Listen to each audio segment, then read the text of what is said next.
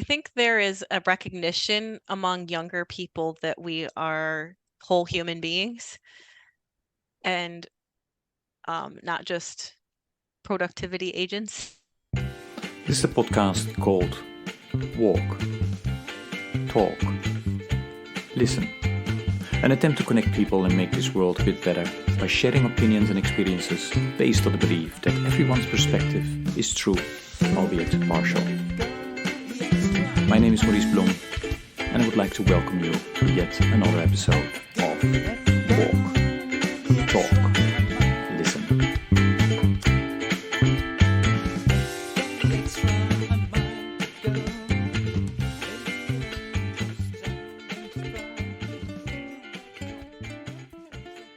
Okay, good day everybody. This is another episode of the podcast Walk, Talk, Listen, and as always I'm delighted with today's guest who will introduce herself.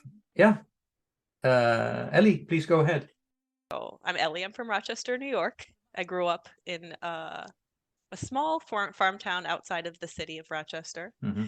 And my passion, my entire childhood was swimming. Once I started, that is, my dad and I were walking by the public library, and the public library always had this display of community organizations. And one year, I was like 8 or 9, they had the local Hilton area swim team on display, little swimsuits, pictures of people in a pool. And my dad said, "Ellie, what do you think about this? Might you want to try swimming?" I loved the water, loved going to the beach. And I said, "Sure, Dad. Yeah, let's try it." And in retrospect, he's told me, like, your mom and I were we thought you were pretty fearful of things, and we wanted to get you to try find a thing that you could help you overcome your fears. And boy, did I find swimming. I loved that first year. I would go to swim practice once a week, and there's the breaststroke. You're supposed to do it like this, and I would just dive all the way underwater because I wanted to be in the water, come up air, boom, up and down. Anyway, I don't know how I got here on this tangent, but it is a part of my story. Yeah. I love the water, but I was scared of the competition. I remember my first swim meet, my dad drove me to the pool, and I sat in the car and I cried in the car, and I said, "I don't want to go in. I don't want to go in and race. I love the water, but I did not want that heat." And he said, "Fine, you don't have to swim in the meet, but if you're not going to swim, you're going to have to go inside and tell Coach John." So I walked in that pool, I looked at Coach John, and I couldn't tell him. And so I raced, and I absolutely loved it. The rest is history. That sparked my competitive drive. Okay. And for 10 years, year round, I swam competitively, and that was my life. Wow. I will get back to this, actually, because I think it's maybe also has to do with how your career went, right? Yeah. That influenced. You know this, but I think it's a nice thing for the listeners to know, because Rochester, I'm coming from the Netherlands. But the strange thing is that when I was in puberty, around 12 years old, I went alone to the US because an aunt and an uncle were living in the US. So I was visiting them. My aunt lived in Levittown, Long Island, but my uncle and his family lived in Rochester. So I've been in your town for actually a couple of weeks. So I know the town very well. I mean, it's close to, it's where Kodak was, right? And my uncle and my cousin worked there as well. So it's for me, it's pretty cool to meet somebody where we have something in common. How weird that yeah. It's so interesting. That was your first international trip, is that right, Maurice? Yeah. Was to well, I mean, Italy, but sure. Flying, yes, absolutely. Okay. Yeah. Okay. Yeah, neat. And alone. Although alone is only the flight in a year picked up. It's not that spectacular, but I mean, for me it was spectacular in terms of you're alone in a plane, and it was nice. It's like the first place we go cross culturally can have such a I mean, some people have a multicultural life because of who's raising them, because of where they live, because of their life experiences. In my life experience, not so much, coming from a relatively small, somewhat homogenous town. But it's interesting to me to think that the feelings I might have experienced when my first overseas trip was studying abroad in Uganda. Oh.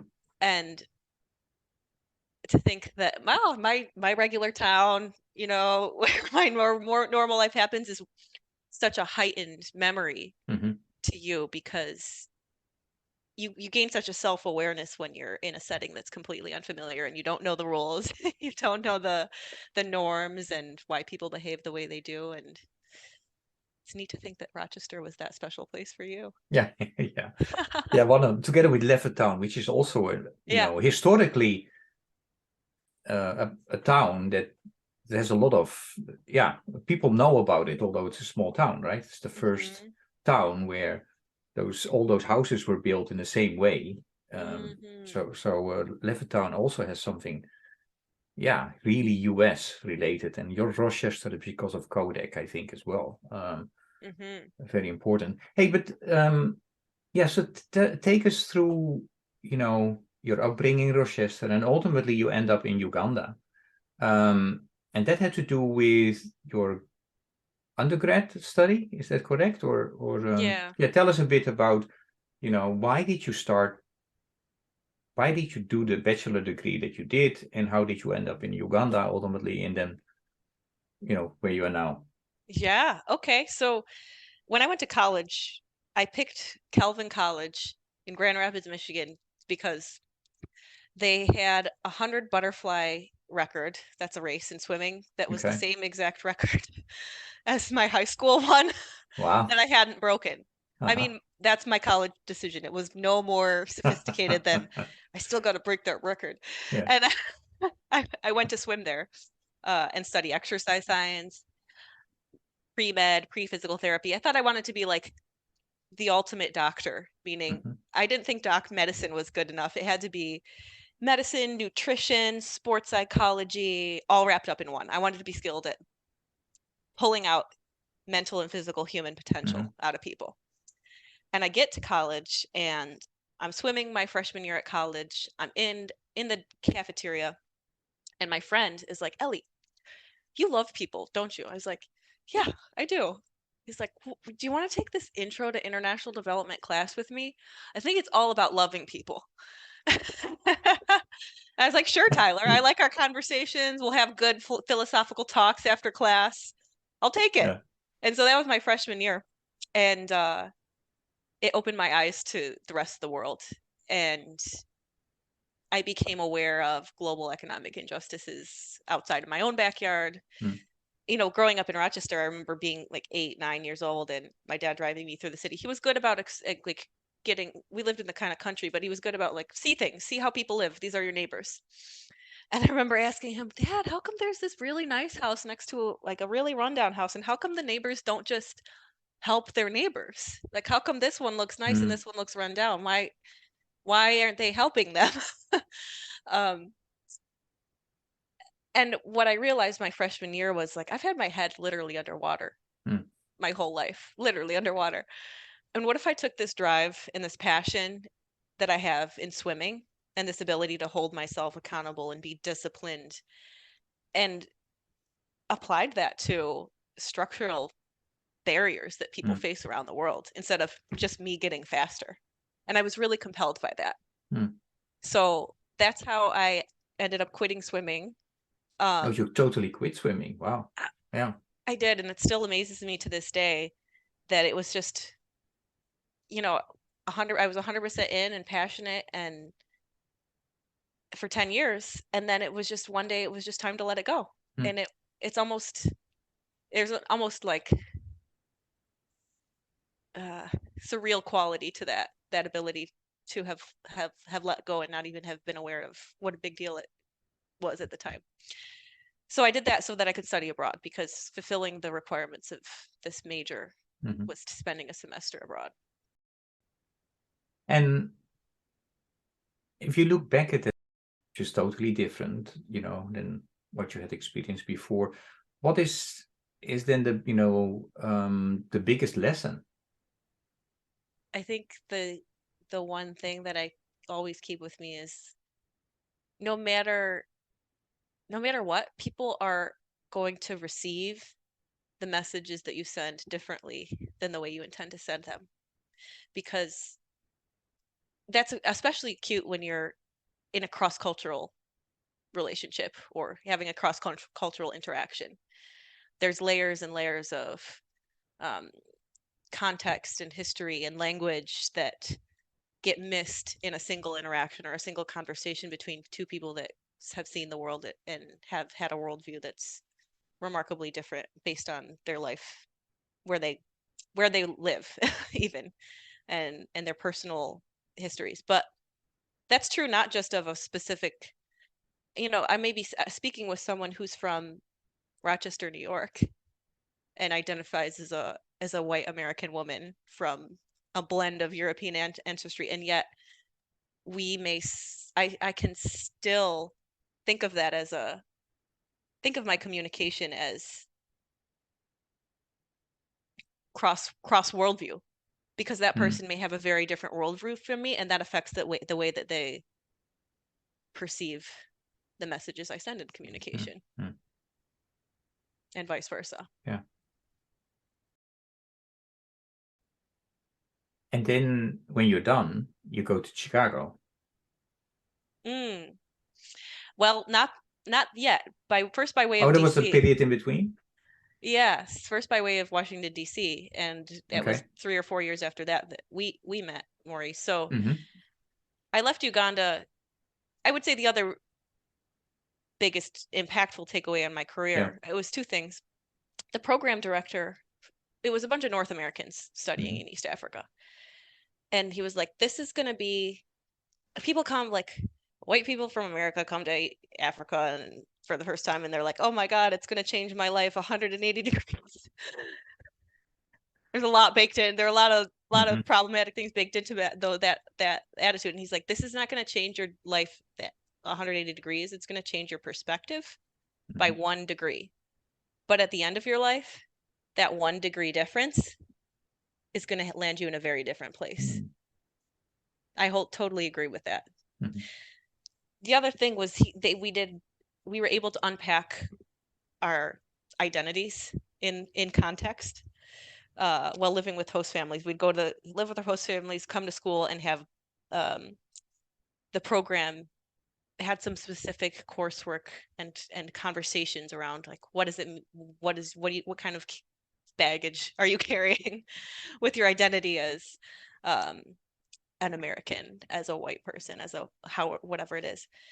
In the case, it was a lot of white Americans in that classroom, and it was also a faith-based program. So we were able to kind of unpack how our own culture in North America had informed our view on what Christianity, how the practice of Christianity looks like.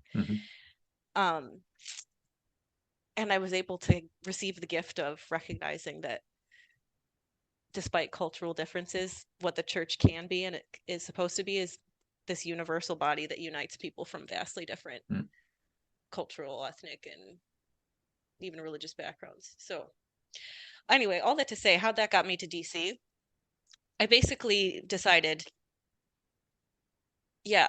international development doesn't need another white American person in the field.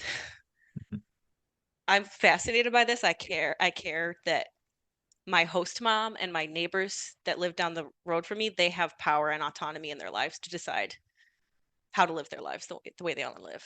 Right now, me coming in on a USAID program is reinforcing, and in my 19-year-old perspective, I'm just reinforcing the power dynamic, because I'm walking home from school and people are inviting me into their house and trying to serve me nice things just because I'm a white American person. And I didn't want to be a part of that, but I did want to do the work. So I went to DC because I recognize, like, you can get rid of all your so-called wealth, but you can never get rid of your privilege. And as a US citizen who represents the US government, whether I like what it's doing or not, whether I like the way aid and development organizations are implementing their programs or not, I represent that. And so how can I go inside of that political and policy machine that determines the way aid organizations administer money and power, and change that from the inside using the privilege of my American citizenship?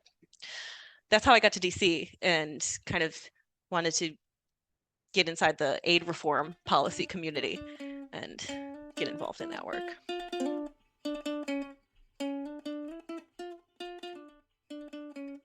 You know, I was able to, I had a wonderful pedagogy at Calvin College on international development. It was very partnership oriented. I credit Roland Hoxbergen and Tracy Caparas and the department that they built and the philosophy they instilled in their students as, you know, partnership first and asset based, you know, looking at strengths, looking at assets and community, asset based community development.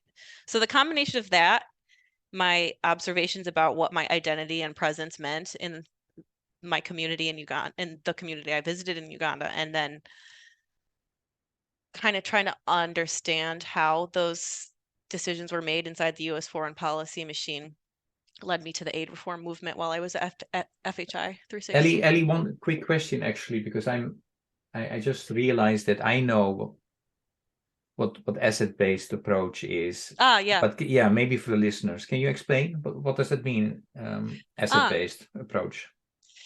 The idea of an asset-based approach to community development is, look, we're all humans, we all have basic needs: food, water, shelter, security, jobs. Jobs, I guess, is the modern day way of meeting some of those needs. And you know, for those of us who are looking at basic human rights and saying, I want to make sure that everyone around the world has access to those things, there's different approaches taken, and the kind of conventional approach taken from the Western countries with power, like the United States, for instance, is you have a need, you have a deficit, you don't have enough food, your girls are pulled out of school before age 9. Like these are problems we need to like, how do we solve the problem? But an asset-based approach to community development engages people where, yes, there is some sort of need that needs to be fulfilled, but it looks at the strengths and it looks at the resources that are present within those people, within their community, within the institutions that they participate in, and seeks to help partner with those individuals in leveraging the strengths and the assets and the resources at their disposal, even if those resources may be limited from the perspective of somebody who is observing the violation of a basic human right and going, we got to solve that problem. But in reality, all of us think about, I mean, if you even think about your own life and how you've grown, how you've changed, how you've accomplished things, it's drawing on resources inside of yourself and drawing on resources that exist outside of yourself. It's not coming from a place of deprivation and lack. It's coming from a place of, what do we have that we can use? No, thanks. Thank you. Yeah. And it's actually also how we met in the panel, right? Yes. We were talking about community-led development in Yes. that particular panel at the UN, and instead of asking the first question being, you know, what do you need, is what do you have, which you just explained so clearly. Yeah. Yes. Yeah, great. So yeah, going back to Washington. Yeah, so even within the first week of my job as a business development officer at FHI 360, I'm in a room with a bunch of other more experienced professionals. I'm 22 years old, just out of college. And it's a bunch of Americans in a room talking about how we're going to design an HIV/AIDS prevention, care, and treatment program in Zambia. And some of those people in the room have been to Zambia for 3 weeks, maybe. But nobody in the room is from Zambia, let alone the target communities that the US government is soliciting proposals to, deliver services to. And I was like, yeah, suspicion confirmed. This is not good. Yeah, this is not good. So I stayed in that role as a business development officer because it gave me the opportunities to see exactly how the sausage is made, which was my mission anyway. How is foreign aid administered, and how do we change it to make it more empowering, shifting of power? How do we shift power over decisions from a New Yorker in Congress who says Africa needs 800 million of basic education funding to an end user who knows exactly what their own desires, aspirations, and needed investments are to get there. So that led me to working with the Locus Coalition after a few years, which is how Maurice and I met. Locus, as I mentioned earlier, was 14 different international NGOs, and it was particularly the people within those NGOs, some of the people within those NGOs who share this vision for local community-led development and recognize that it involves a necessary shift of power and decision-making authority out of Washington, D.C. and New York, the places where the money is, and into the hands of the partners that we work with around the world.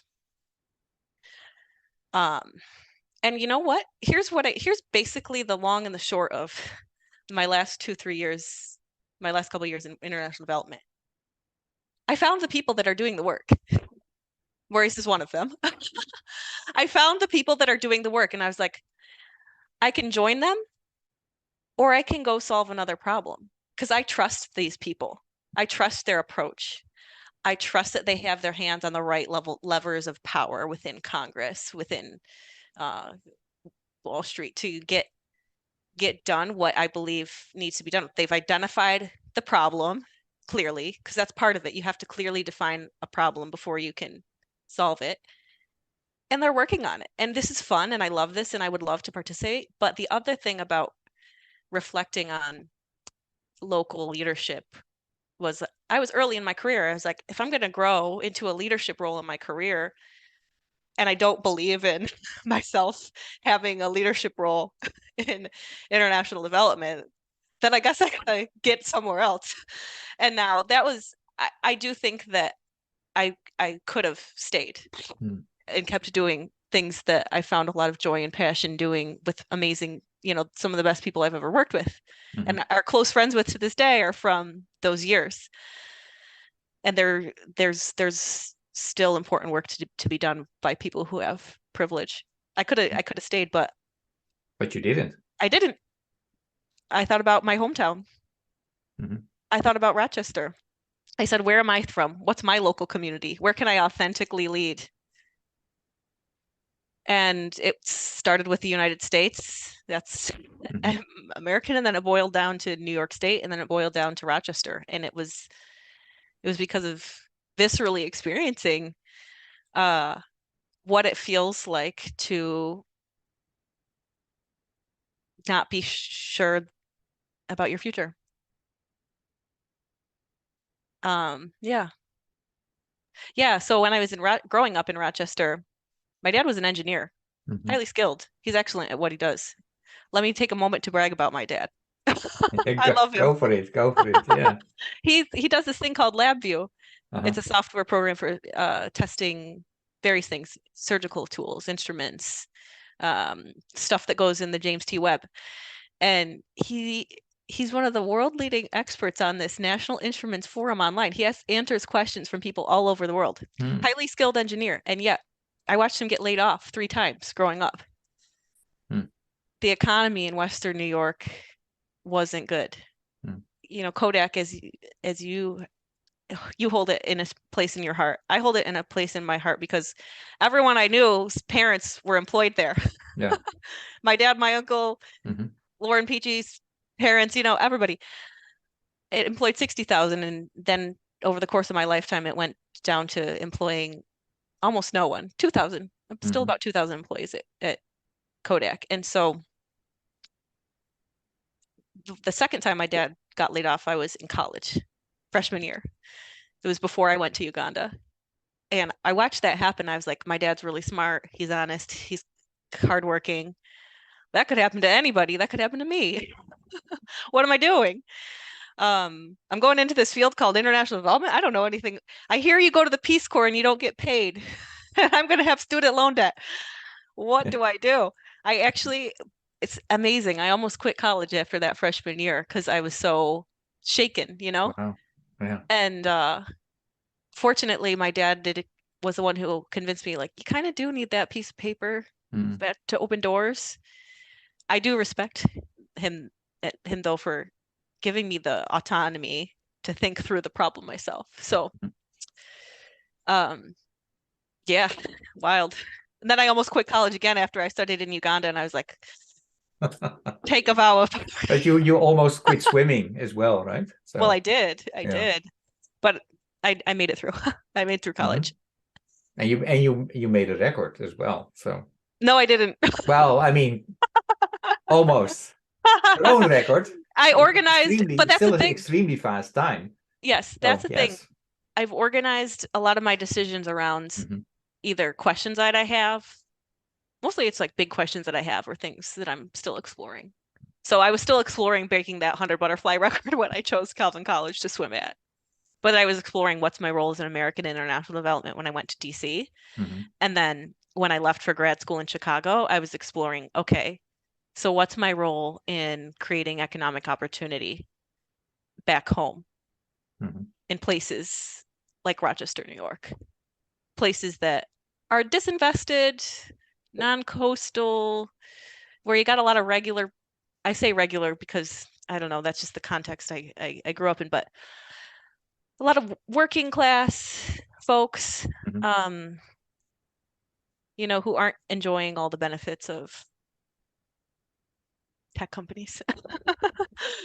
And there's real consequences to folks losing their jobs. You know, it displaces people, it displaces families. My parents left Rochester, so it was a big question for me in my early 20s, like, there's something here that I want to explore a little more.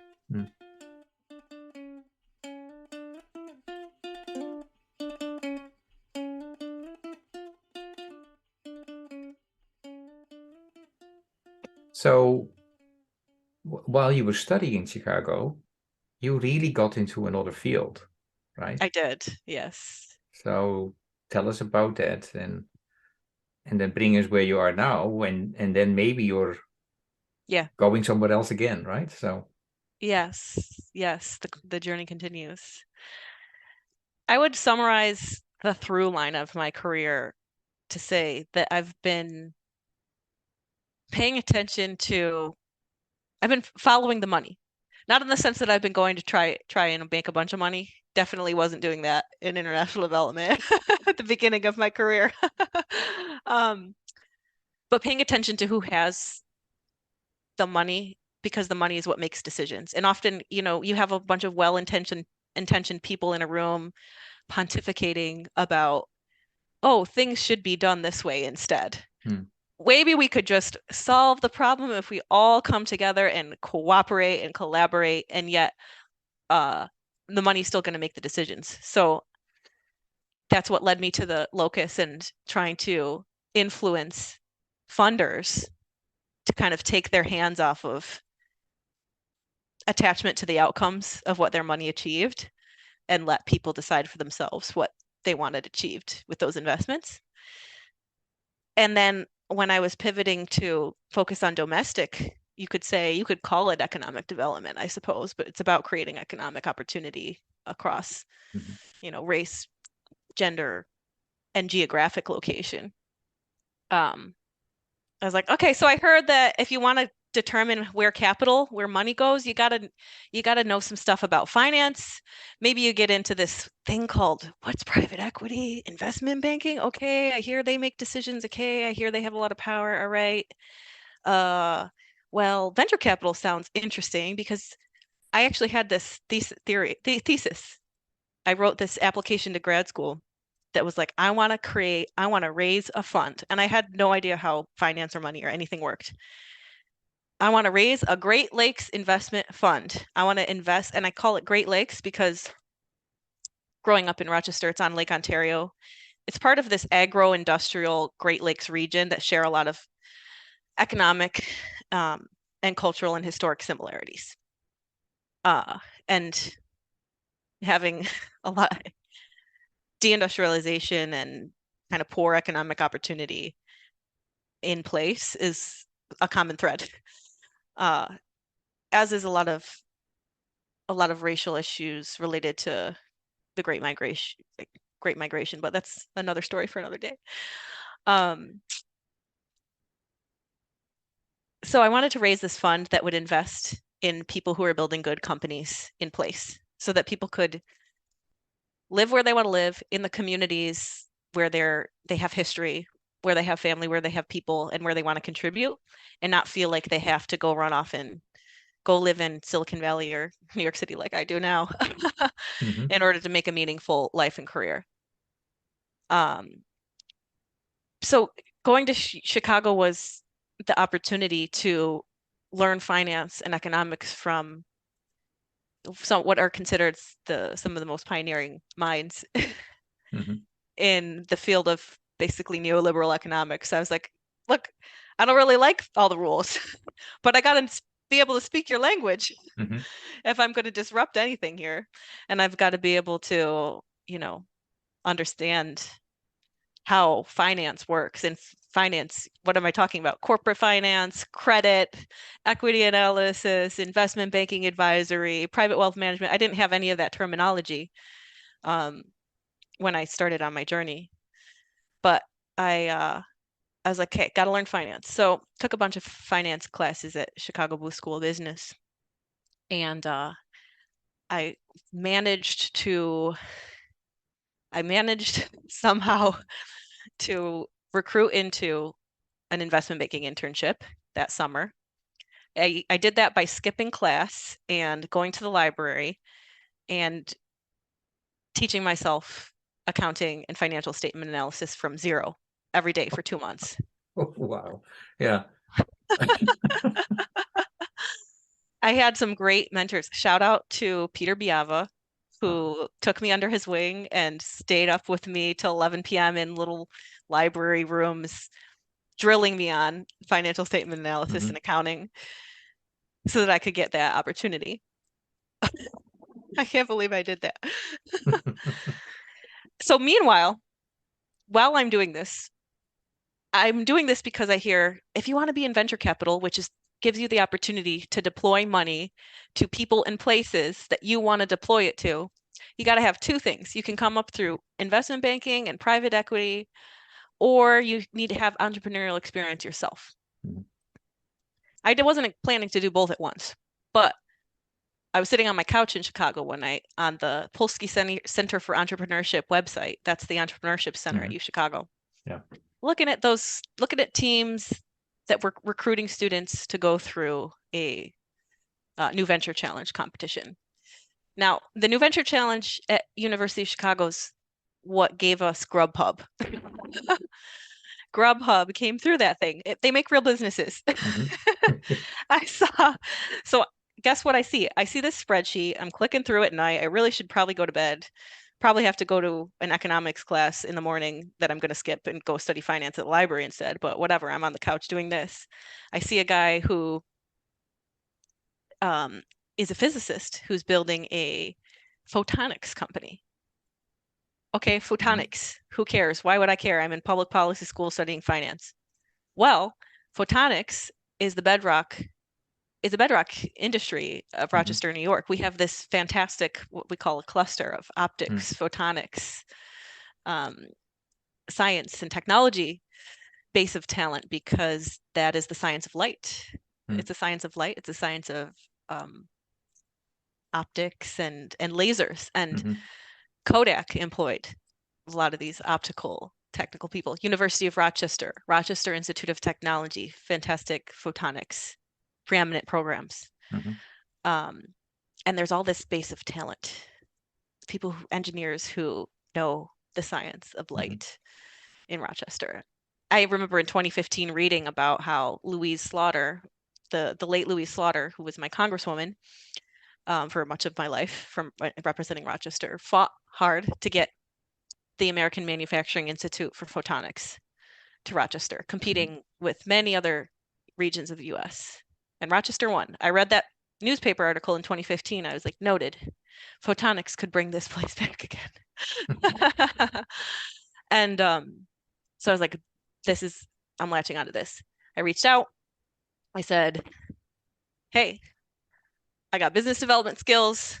I can tell the story this way, that way. We can do this. Let's talk. And I ended up getting selected to work on that team to enter a business proposal contest to even get into the class in the first place, the New Venture Challenge, which we got in. And over the next 3 months, we would go and pitch our business every few weeks. Professor Steve Kaplan. I had some professors that you should be there that just life-changing experience. He would fly in his VC friends from the East and West Coast to tear down our pitches, and I just ate it. I loved it. I just was thrilled to get up there and get torn down, and then come back 3 weeks later with a better value proposition and a clearer customer proposition. Absolutely loved it. Fell in love. So we did that. We went through that course. We ended up being finalists and getting a little investment from the New Venture Challenge. And in fact, it was a really interesting time of life, June 2019. I remember, my investment banking internship started early. It started like early June. And I think I went and we pitched it was called Iris Light Technologies. And then I had to go to my internship, like moonlight and daylight. And then I did my investment banking internship, which just crushed the life out of a human being, because in investment banking, you are expected, especially as a junior person, and you're junior, no matter if you're 37 years old, if you just got out of your MBA program, then you have a wife and 2 kids and you're 37 years old. And I say a wife and 2 kids because it's still mostly men. I was wondering that. Yeah. About that. In my office in Chicago, me and my 2 other MBA women co-interns were the only women that weren't secretaries. Interesting. So anyway, all that to say, I slept like 4 hours a night that whole summer, and I don't function by Thursday. I just don't. Like, I was useless. Just useless. It wasn't for me. And I should have wanted to recover after that, but I didn't. I finished that internship on Friday, August 2nd or something like that, first. And on Monday, August 4th, I called up the founder of the photonics company. I was like, let's do this. And I started working with him and raising money, building our pitch decks, building out our advisory board, flying out to Idaho and pitching the Idaho Department of Commerce on how our technology could help prevent potato rot in their fields, and winning money, meeting some amazing research scientists. That so many shout outs I want to give right now. Amazing people who are dedicated to their work. Dedicated to real inquiry and curiosity, and the tenacity that it takes to be a scientist is it's outstanding. I really enjoyed supporting those folks in starting to dream about how do you bring that to market? How do you make that change the world? Because it's scientists doing that research. They're bringing stuff that changes the world. That's an amazing story.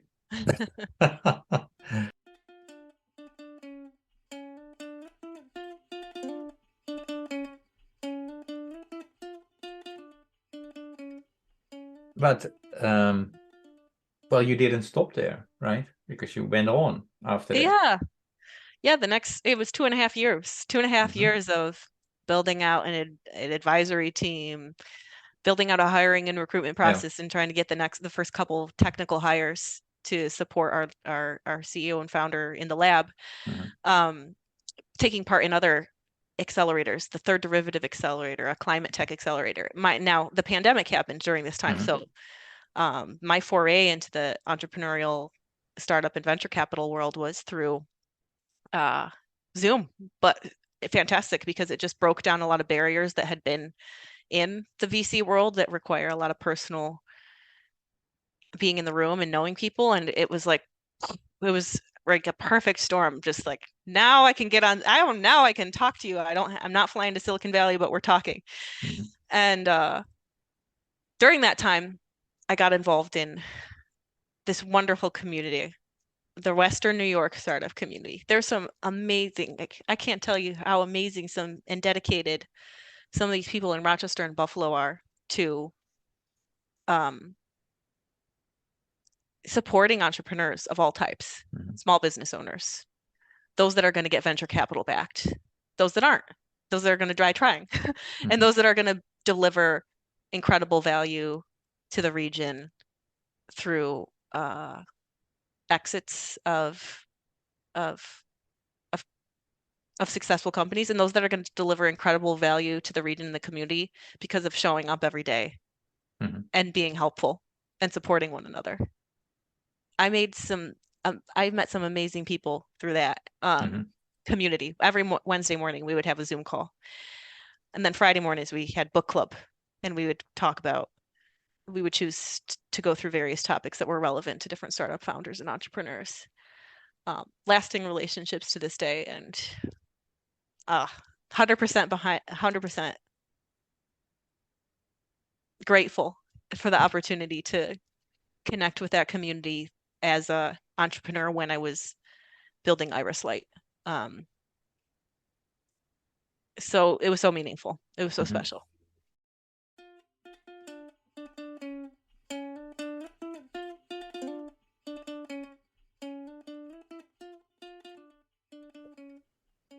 That's an amazing story, Ellie. And well, we talked a bit before we started recording, and you feel that maybe you're on another crossroads in your life and in your career, right?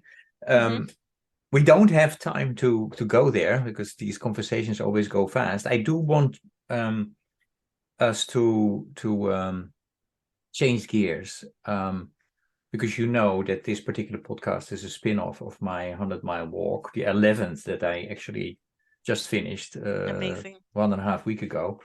Unfortunately, it resulted in an injury on my left foot, which hopefully will, go away within 4 to 6 weeks. But we talk, when I was listening to you, and this is the third or fourth time we speak, I feel this drive. So the question I always ask is, and if we can go with relatively quick, short answers, that would be great. What really, what drives you? What makes you get out of bed in the morning? What is that? The belief in human dignity and that everybody deserves a second chance. That everybody deserves an opportunity to build a meaningful and purposeful life. And if I would ask you to walk 100 miles in a week or in 5 days, for which cause would you do that? Or you can swim. Maybe you would like to swim. I love that idea. It'd be for workers. It'd be for workers to get paid a dignified wage. I'm going to borrow from Gene Sperling book Economic Dignity. I love how he puts he simplifies the term economic dignity. It's the concept of being able to both put food on the table and sit at the table and eat it with your loved ones, not run off to your second or third job. Single jobs that pay people enough to live a good life. And you definitely contributed to making that make that happen. Going back maybe a bit what you mentioned in terms of the stuff that you went through when you were going to Uganda and the study that you did. Because when I walk, it is really a spiritual experience, and definitely when you have pain, you have to go to a Zen mode. No, I am not the pain. We just continue walking. But then, if I have co-walkers, we talk about spirituality, but also about youth. My question is, what do you see happening among youth and spirituality, religion in your community?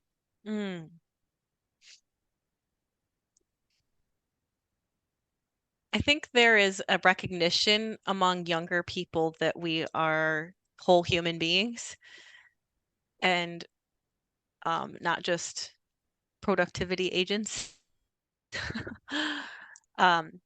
I'm very amazed. I'm 31. I have a 21-year-old sister. And her emotional intelligence, her maturity, her ability to read a room and to empathize with people, it's certainly a gifting of her own individual, unique personality. But I would venture to say there's other people in her generation that are just more in tune with and aware of mental health, its connection to physical health, social health, and awareness that caring for oneself, one's whole self, and the whole selves of other people is as important as anything in life. Yeah, I would like to. Thanks for that. And what you just said reminds me of a conversation that I had with a previous guest, Kees Klomp, who has written this book Thrive, and is advocating for really looking at the economics that we had developed for ourselves. So he wrote this book Thrive, which is a compilation of a lot of economy folks, from describing donut economics to well-being and Buddhist economics. But one of the things that he says always is that the centennials are their center of gravity starts with purpose, and which is different than some folks out there. So I'm not saying that I agree or not. My point is I think might be worthwhile to check out the conversation that I had with him. Because I do, while saying that you always need to be careful in terms of, I think in terms of the whole generations are the same. And I also don't think millennials and centennials are happy that they're always clustered together. So, hey, and we have learned a lot about you, and I'm really grateful for everything you shared. I really always get so enthusiastic about listening to you, and I'm like, oh, it gives me hope, what drives you. I would like to ask you the question, because music is very important to me. If I ask you to come up with a piece of music or a song that best describes who Ellie is for a big part, which song or piece of music would that be?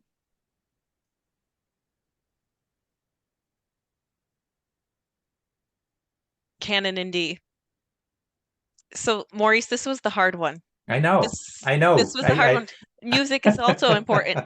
I'm in my Spotify Wrapped.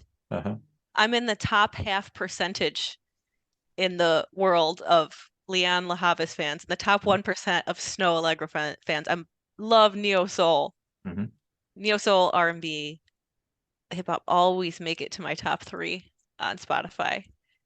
Oh, and it's both lyrically and what the way that music makes me feel, that I identify with so deeply.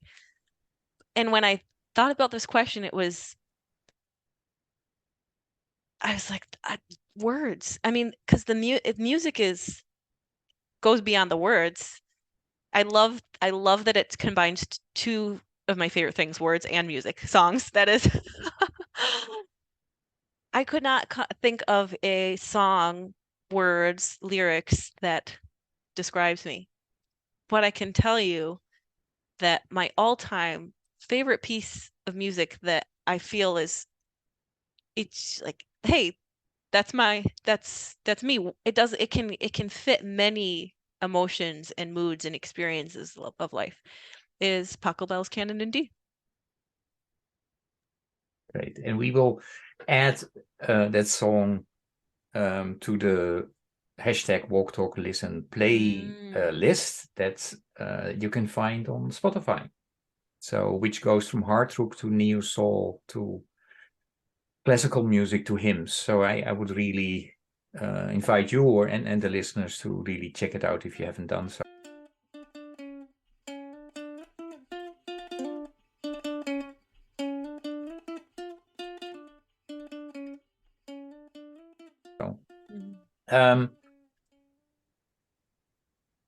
Yeah, there is one question that I also asked that I would like to ask you as well, and that is, no, before I do that, I need to bring you to the question of the previous guest, because we cannot do that without. So because this podcast is also about connecting people, and we're doing that between you and the listeners, between you and me, but also I would like to connect you with the previous guest. So the previous guest had the following question. So my question for the next guest is, what can you do today, right now, that would create more belonging and more care?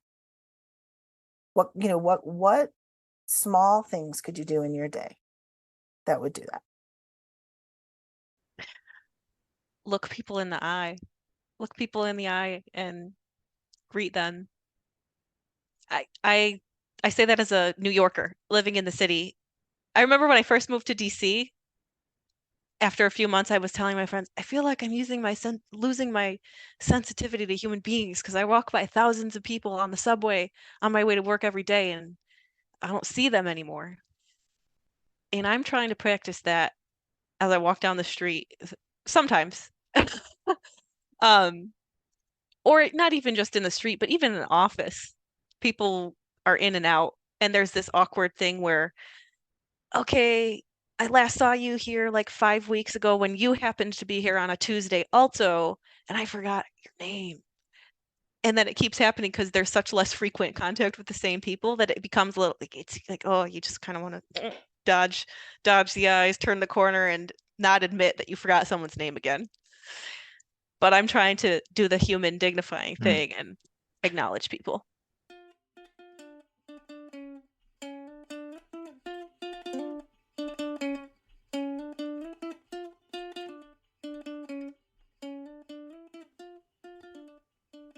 Your question for the next guest.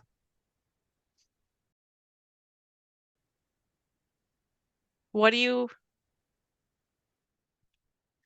accepting as doctrine of our economic system that ought to be questioned for the sake of human dignity? Okay, that's not an easy one for the next guest. Sorry. But no, I'm not sorry. We can talk about it. Next guest and I, we can have a conversation about it. Yeah, that would be cool.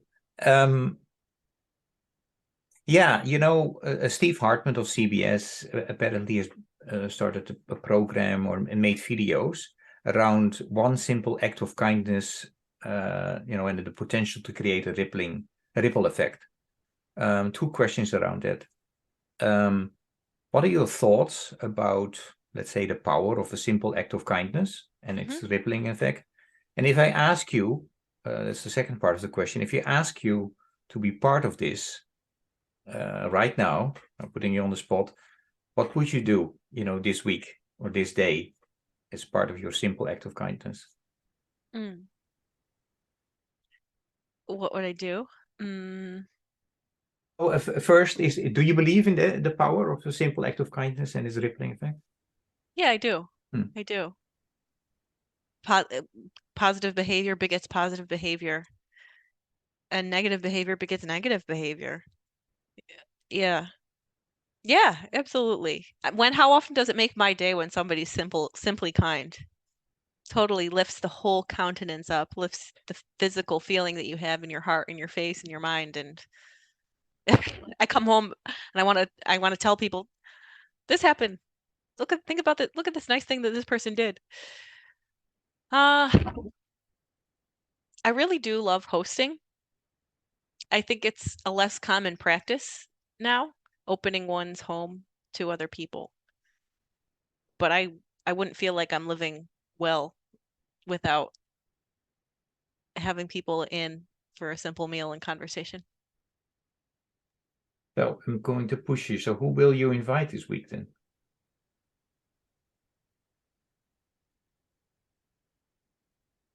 It's on the tip of my mind.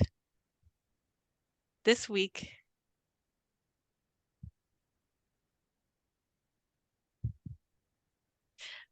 I'll invite someone who has been starting to come to the church that I attend to join a group of friends and I for a meal in the home.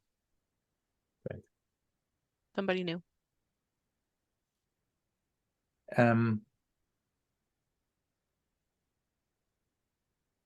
Quick question. You know that I'm passionate about sustainable development goals. I always ask my guests, if they don't know about it, to sort it out. I know you're familiar with the sustainable development goals.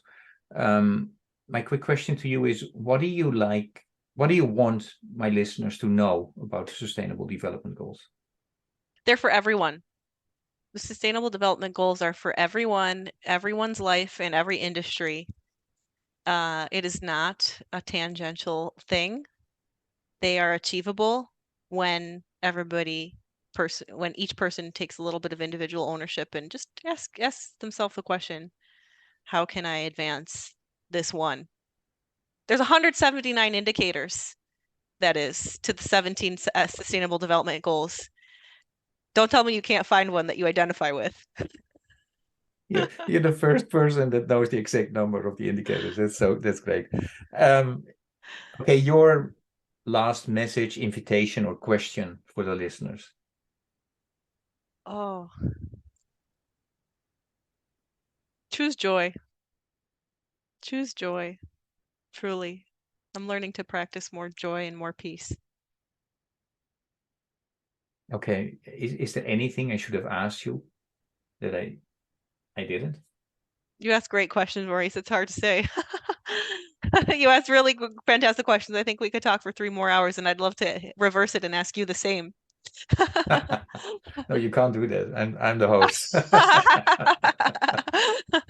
Yeah, thank you so much for your willingness to talk with me. Share your wisdom and experience with me and the audience. It was awesome. So, well, It's an honor. Yeah, good luck with your next steps, whatever that may be.